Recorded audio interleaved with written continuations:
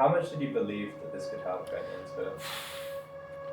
Good question. I don't know. Honestly, I don't know. I think that there's a whole psychedelic revolution going on around medicines that potentially can help people with their mental health.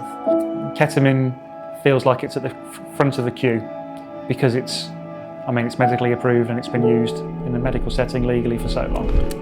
Ketamine can help with neuroplasticity, so that is increasing synaptic growth, and so again that's really useful for psychotherapy. People can take new perspectives on familiar problems and move forward in their life in ways that they've really struggled to previously. So if we can start, do you mind introducing yourself, like where we are in the treatment? Hi there, my name's Harry Stanton. I live in Birmingham. I'm 43 years old. I've got two wonderful daughters, and for the last year or so, a little bit longer than that, I've been experiencing pretty severe anxiety. And I wanted to record my thoughts for me so that I can see what's happened before, what's happened afterwards, and also because throughout this, I think lots of us who go through this feel like once they're on the other side, they might be able to help other people through it. And so that's my sincere intention from this. Tell us a little bit about yourself before you came into Aion. It got to the stage, I think it was in October 2024, where I was having a shower in the morning, but it was that moment then which actually in the shower I remember kind of having a suicidal thought, which worried me.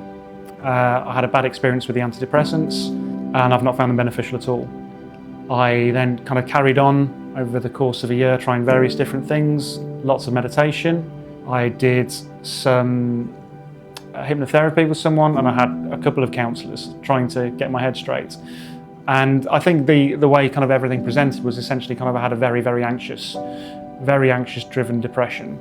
So this then brought me to October last year, where I got in touch and had my consultation with Matt. He didn't sell me anything. I presented to him and said, look, this is kind of how I'm presenting at the moment. Can you help me? Can you cut through everything I've just said? And can you tell me whether or not this treatment is something that potentially could help me? And to put then some advice in someone else's hands, someone who was a professional and who knew what they were talking about and who had seen people in my position, no doubt, many times before and said, yes, this is something that potentially could help you. What would you say to someone considering this treatment? There's no real reason to be nervous. It's safely used for children for anaesthetic. It's something which is relatively short lasting. When you're at the lower doses, there's almost the introductory doses, you're possibly able to resist a little bit more if your mind was that way inclined. Whereas at the higher doses, you have no choice. And I think that's the benefit of it. That's the benefit of going higher, particularly I think when you've been stuck in your rigid thought patterns, they won't let go very easily anyway. In a really strange way, that's a worry off your mind, because I think one of the worries you might go into is thinking, I'm going to mess this up. And you can't mess it up. And regardless of the weird sensations and the weird experience you actually have when you're under the ketamine, you have to control what you can control. And I think kind of putting that team around you which actually makes you feel, yes, whatever happens on the ketamine, I know when I come back down from it, or even when I'm in it, there's someone there that's going to make sure I'm absolutely fine. But today, I'm really surprised. It's almost like kind of my mood, I'd generally say, is at the worst of times 2 out of 10. 1 out of 10 is going to hospital, but 2 out of 10 is kind of the worst it could normally get. And I'd normally kind of flip between 3 and, on a good day, 5 out of 10. Today's probably been 7.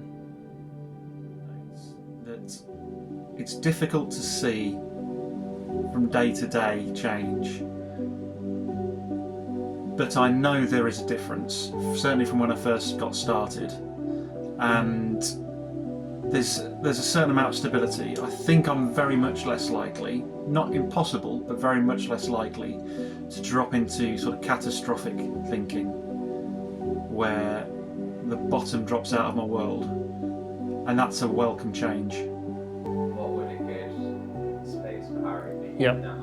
So what do you think is What does good look like from where I am now? I've actually I wrote a wellness vision, and I think it does reflect actually the hopefully change in baseline depression.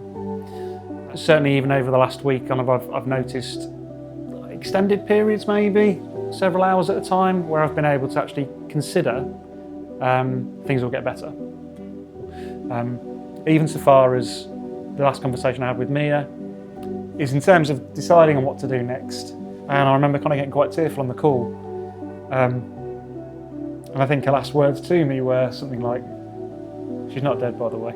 I think her last words to me were something like, it's good to know that someone's in your corner, isn't it? And then I think kind of we ended the call, yeah, in a similar sort of state to I am now. So one of the things my daughter said to me this week was, you're laughing more than you used to. She's a 9-year-old. And that, again, that teared me up, because that's been one of the things that's been I've really struggled with, kind of not being able to be present with them as a dad. So, yeah, so something's changed. Yeah, obviously I'm wary of kind of progress, but one step along the road, innit? So.